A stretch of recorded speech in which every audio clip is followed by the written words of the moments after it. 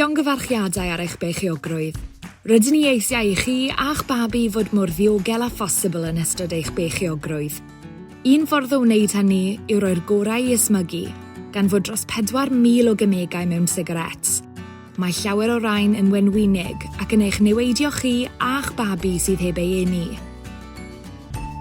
Mae roi'r gorau i ysmygu yn rhoi'r dechrau gorau i'ch babi, ac mae'r gwasanaeth Helpa fi Stopio i fy Mabi yma i helpu.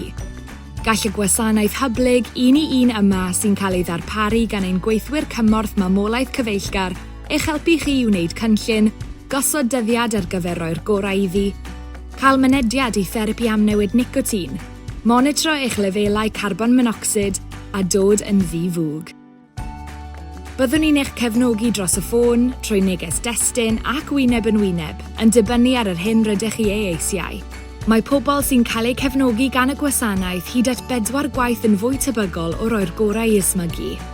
Os fyddwch chi ddim yn llwyddo y tro cyntaf neu newid eich meddwl am roi'r gorau iddi, mae ein drws bob amser ar agor, heb unrhyw feirniadaeth.